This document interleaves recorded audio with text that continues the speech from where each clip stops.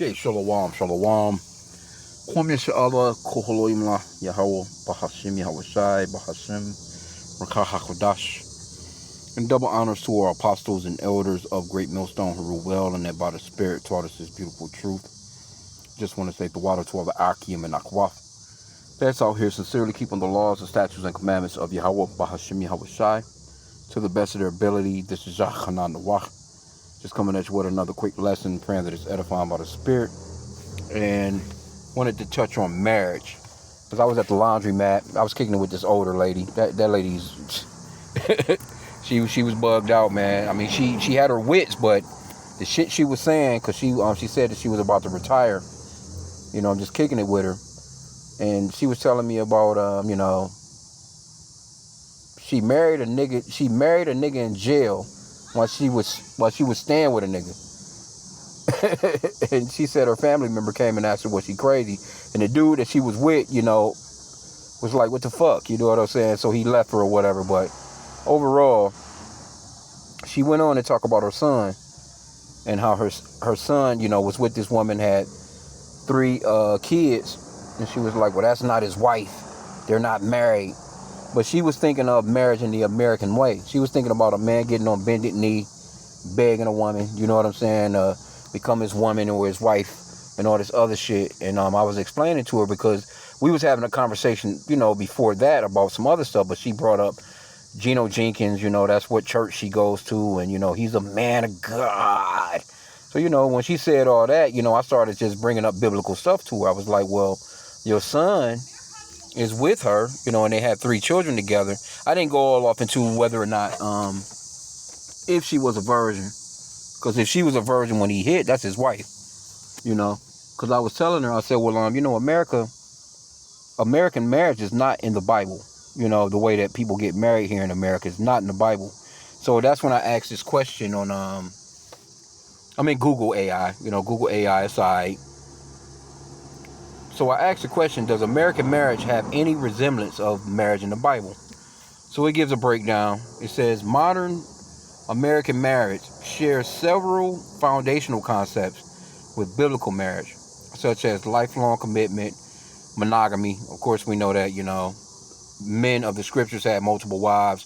Still to this very day, that law is still intact. You can have multiple wives. It's just all about, you know, whether or not, okay, is it wise to do it in this time, in this day and time?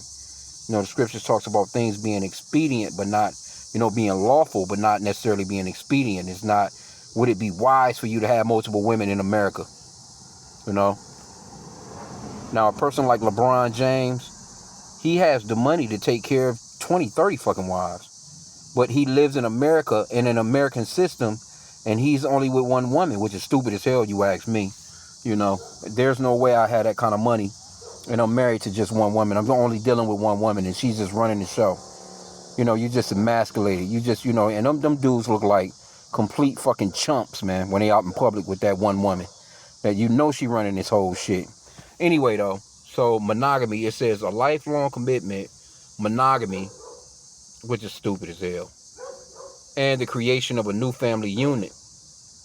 Though it differs significantly in legal structure, cultural expectations, and gender roles. Well, that's the point that I was trying to make, because it's totally different. It's totally different.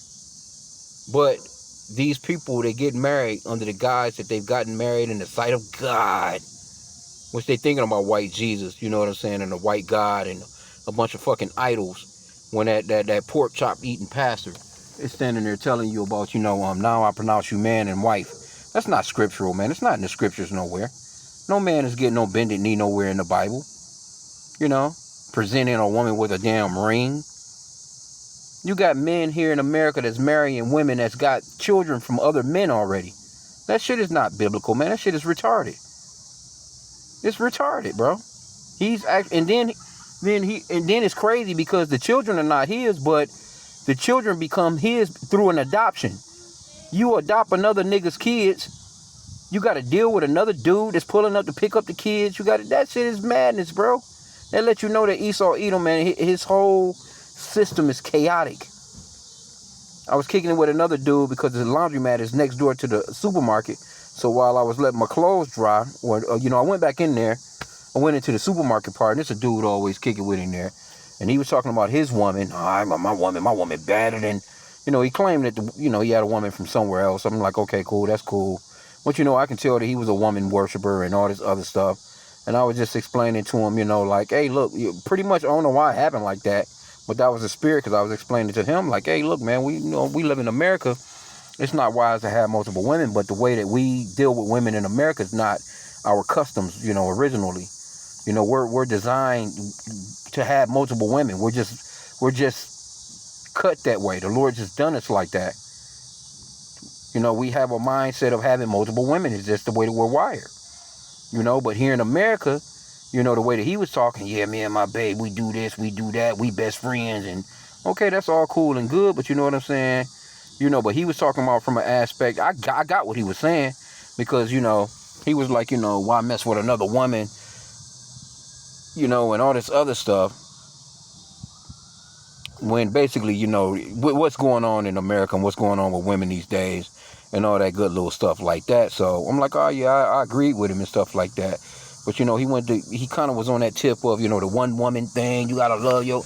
I'm like, man, well, no, I'm not with that one woman shit. I had to cut. That's where I had to cut into him at. Like, nah, we're not designed, man, to have one woman like that. And no woman being above me, or a woman being in charge of me. Well, we don't belong to the woman. We belong to the Lord. We belong to the Lord, man. You know what I'm saying? And you allowing a woman to be over you like that, man, it's almost like it's like a form of idolatry, man. She making your every, your every move is all centered around her. I'm not talking from a, if you got to do for your family, you got to do for your woman. I'm not talking about it from that aspect. I'm talking about from the aspect of she's actually above you in the relationship. She's running every damn thing. She's making all the decisions. And you just, looking like a little puppy in the backdrop, walking through the damn supermarket 3 steps behind her ass while she's pushing the buggy, talking all kinds of shit, picking out everything that she likes. While you just there to give out the money, because we understand that the scriptures, let me get a quick scripture real quick. I don't mean to talk too much, just trying to give the whole story. We be so much, man. There's so much information that be going through brothers' heads when we be doing these lessons and stuff. Slovakia, what's the one that I want? I thought it was Slovakia. Bear with me here. Oh no, that's not it. I'm going to type it in, because there's a police on the block. What y'all doing, man?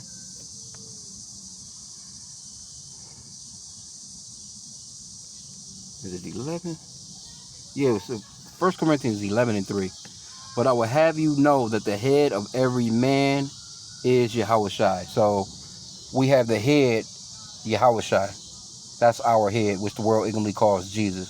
And the head of the woman is the man. So the man is above the woman, but not in this kingdom. And the head of Yahushua, which the world ignorantly calls Jesus, is the Father, Yahweh. So there's the order. You have the Father, you have the Son, and you have the man, then you have the woman, then of course you have the children. But in this particular society, or this particular kingdom, it's reversed, and it's chaotic. And that's what I was telling the dude in the supermarket too.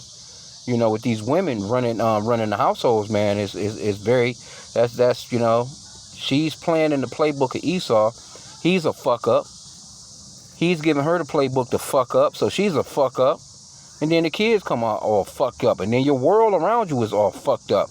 Then you got to deal with fucked up neighbors, fucked up people across the street from you, fucked up, and it's all coming down from a system of chaos, man, a system that's out of order. The order is off. We just gave you the order right here.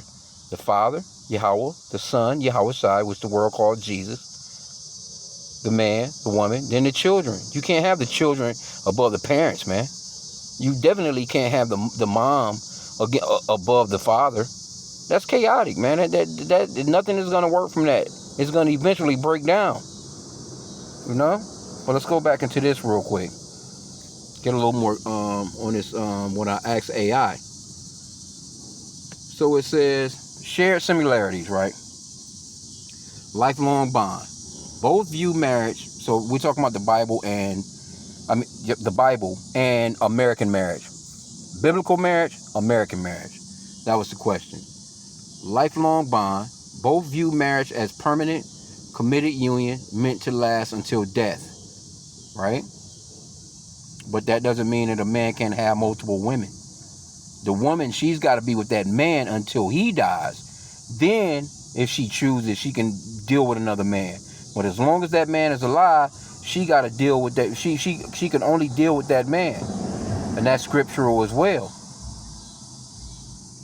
But see, these Christians, they don't teach the Bible like that. They've taught you that you men, you have to just deal with this one woman the rest of your life. Now, adultery is a man dealing with another man's woman. But if that woman is, if you come across another woman that's single, you can have multiple women.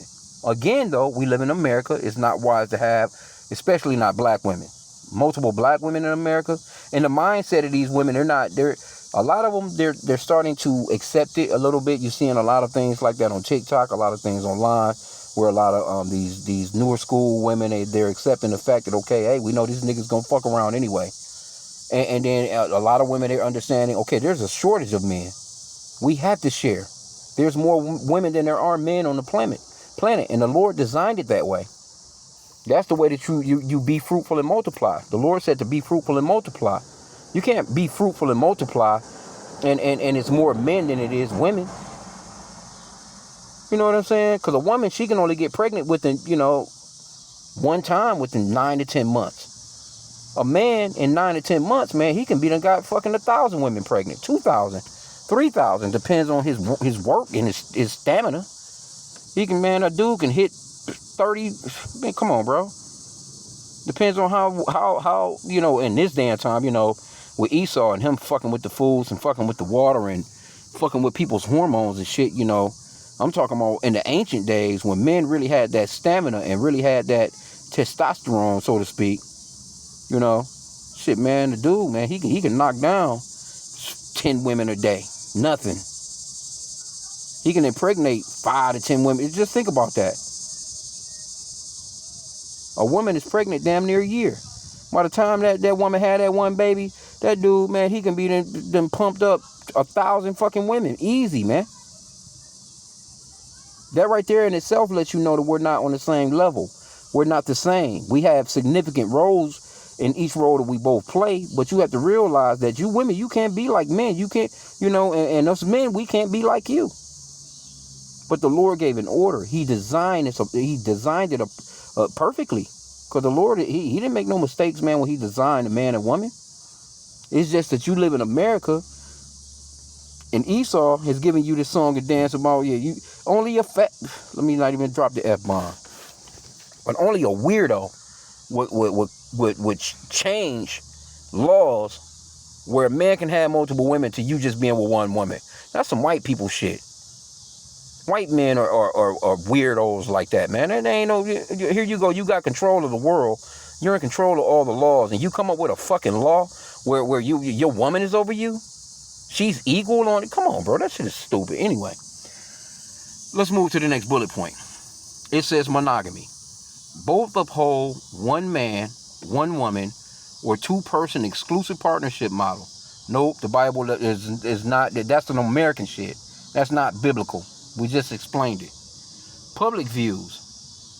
Both rely on formal ceremonies and witness declarations to validate the covenant or contract. Right? So we do know that when it came to Isaac and what was it, Isaac and Rebecca? When it says he knew her. Let me see if I can find that real quick so I can bear with me. Cause they didn't. Okay, so Genesis 24 and 67 is the point that I wanted to get. So when you go into this story, this is when the servant, Abraham had sent the servant to go into the land of our four people Laban, Rebecca's, his people, basically, her people, because Laban was his brother, her brother, Rebecca's brother, and he sent the servant there to get Isaac a wife. And so when he got there, he came back with Rebecca. And let's get a little bit here. It says, let me start at verse 65, Genesis 24:65. For she said unto the servant, what man is this that walketh in the field to meet us? And the servant had said, it is my master. Therefore she took a veil and covered herself. And the servant told Isaac all things that he had done. And Isaac brought her into his mother, Sarah's tent. So he just took her right into the tent, man, and took Rebekah, and she became his wife. And he loved her. And Isaac was comforted after his mother's death. So that was, it wasn't no, he just took her straight into the tent, man. Now, they could have had a party afterwards, or, a celebration and all that good stuff afterwards, Then you have to realize that, when they, had Esau and Jacob, that was quite some time after. So they didn't, have a family right off. You know what I'm saying? It wasn't like, okay, the very first time he popped, you know what I'm saying? He got her pregnant. They was together for some years before all that happened. I think Isaac was like 60 or so. Anyway, that's another story. Anyway, but let's go back. Let's get some more. I don't want to keep this super long. I want to get into the key differences. Okay, so it says the next bullet point on there is new household. Both treat marriage as the formation of a primary family unit, distinct from parents. Hold on, what is that?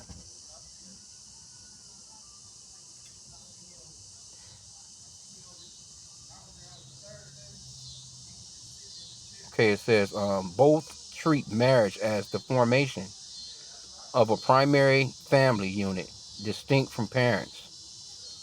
Okay, anyway, key differences. And this is what the point that I wanted to make right here, because it's not the same. American marriage has nothing to do with the Bible. Key differences. Legal versus covenant. American marriage is a civil contract. See? Where you getting the so-called white man involved. Regulated by the state. So the state, the so-called white man, now he's involved in your marriage. In the ancient biblical days, nobody was telling you what to do with your woman. She was your possession. Here in America, America doesn't consider that woman to be your possession. He considers her to be the same as you. And matter of fact, she's even above you in this kingdom. Okay, so it says, while biblical marriage is viewed as a spiritual covenant made before God. Let me get that back again. Legal versus covenant. First bullet point, key differences. American marriage is a civil contract regulated by the state, while biblical marriage is viewed as a spiritual covenant made before God. That's a huge difference. Huge difference. Next bullet point is patriarchy and roles. Biblical text outlines specific patriarchal structures and headship for husbands, whereas American marriage, legal and social norms emphasize, what's that word? Egalitarianism and legal equality. I'm going to have to look this word up, Salakia. Let's define this word. Egalitarianism is the belief that all people are equal. There you go. It means everyone has the same basic worth, rights, and chances in life. This idea applies to social. So you see what it is. Now we're not saying that we gave you the order: the Father, the Son, the Father Yahweh, the Son Yahweh Shai, the man, then the woman. We're not saying that the woman don't have no worth, but she's not the head, and neither can she be. And the reason why you see these households all fucked up, because she's playing the head, and she that's not the way that the Lord set it up. It's not the way that the Lord set it up. It's like having a goddamn airplane and a car. A car not doing what an airplane do, and an airplane You know, you can't drive an airplane around like you can a car. An airplane is designed to do certain shit. The car is designed to do certain shit. And that's the way that the Lord designed a man and a woman. But anyway, we got that word. I never heard of that word before. So Salakia for that. Damn, hopefully it didn't take me out of... Damn, it took me... Son of a... Let me see. I gotta go back. Okay, so next bullet point is polygamy and concubinage, right? Because the scriptures talks about polygamy, where a man can have multiple women. He can also have concubines of the other nation. The Bible records many patriarchs having multiple wives or concubines. American law strictly allows monogamy only. See that? So it's a difference. Now, mind you, these people are telling you that they're Christians. You know, you got people putting their hands on the Bible and talking about tell the truth, the whole truth, and nothing but the truth. So this is why the Lord is going to deal with you Edomites, man. Matter of fact, let's get a scripture, another scripture, Psalms 50, verse 16. Because you Edomites, you won't have no fucking business with your hands on this Bible, and we can't wait until the Lord get to dealing with you, man. He's dealing with you already, but it's coming to a point where you're gonna wish like a motherfucker that you never put your hands on these scriptures. Psalms chapter 50, verse 16. It says, but unto the wicked, which is you so-called white people, because the scripture says the earth is given into the hand of the wicked. That's why he's able to put these laws together like that.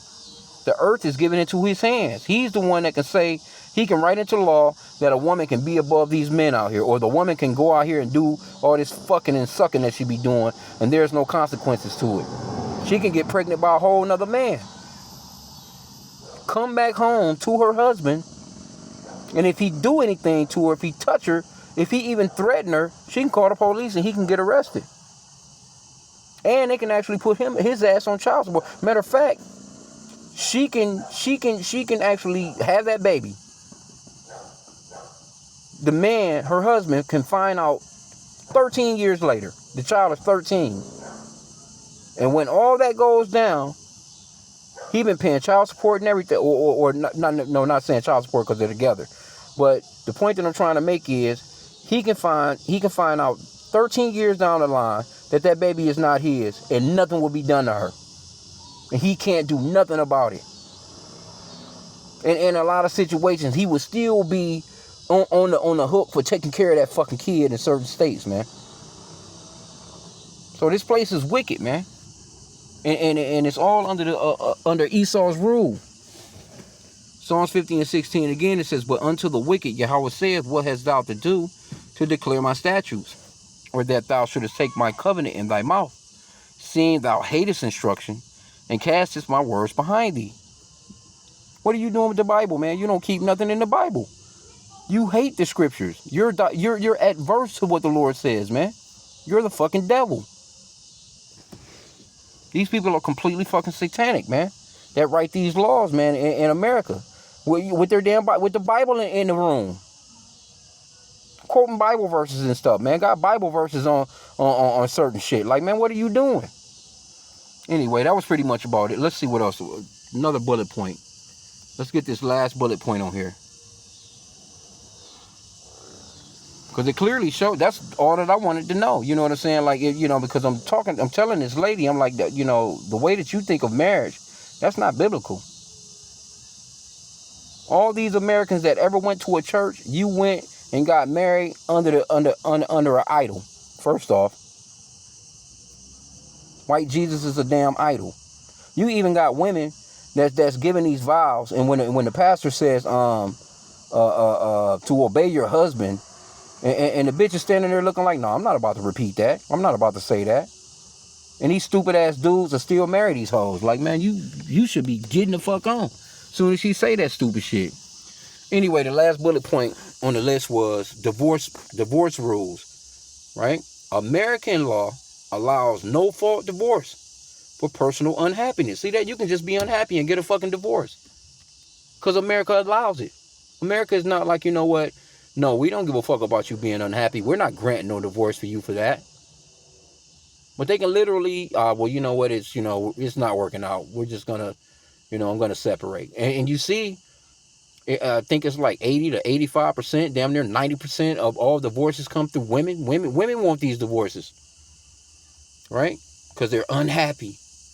Divorce rules. American law allows no fault divorce for personal unhappiness. Biblical text generally restricts divorce to severe violations like adultery or abandonment, though practices vary in ancient times. So, you can abandon your woman, you know, and she couldn't just leave, man. And if she left, she left with nothing. Here you go, you got women in America, she can just leave your ass, and you got to give her something. She leaving with the kids, you know. You literally have, you can probably roll up your block, and if there are 60 houses on your block, about 40 to 50 of those houses, if there are men in those homes, there is men that are dealing with women that have children by other men. Those are your statistics, man. And especially among so-called black people. Single family homes. Women with 3-4 baby daddies. With niggas rolling up. A different nigga every other month. Kids meeting so many niggas, they calling, thinking so many niggas as they daddy is retarded, bro. So this place gotta go. And we're going back to our original state, man. We're going back. Hey, Isaiah 4:1 is already in play, man. It's coming down the pipe real strong right now. So look forward to that, because these women are gonna have to get there. The Lord is gonna bring them back into order. That's the thing. See, Esau, he's been flipped on his head right now, and you women that followed him behind him with that feminism bullshit, you're about to see. That was a fucked up move. So I'm gonna end out there. It was just something that I was meditating on while I was sitting there. I was drying my clothes and I was kicking it with this older lady in there, and she was saying some bugged out shit, bro. And just to let you know, like, even and she's damn near 70, because she was 65, because she was telling me about her retiring from her job, but she was telling me all these different stories, like, and she's this church lady. She had a damn face mask on. With rhinestones on it, the name damn Jesus. Jesus and rhinestones on a face mask in that bitch, man. I'm like, through, man. At that age, done, cooked. Anyway, with that, I pray that the lesson was edifying. Call me a Sha'Allah and a Baba Ball.